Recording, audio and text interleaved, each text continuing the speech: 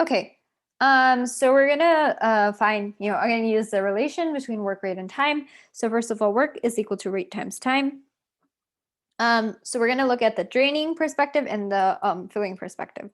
So the filling would be that work is equal to, so I'm gonna say W is equal to the total, total sink filling, the filling one sink. So that is, okay, so I'm gonna say W is equal to filling one sink. Okay, and it is equal to rate. So we don't know what the rate is. We're gonna say this is R. And we're gonna call it actually our filling. So our filling, and we're gonna multiply that by 6 minutes. We're gonna keep it in minutes. So all in minutes.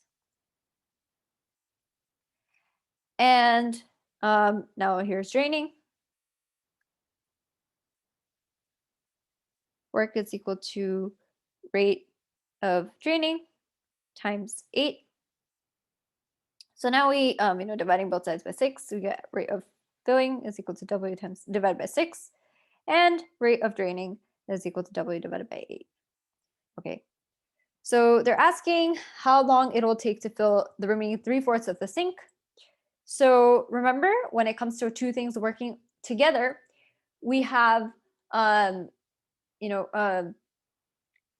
like I said, it kind of uses the relative speed aspect, but with rates. And what you're trying to do is you're trying to, keep one still and see how much work the other does.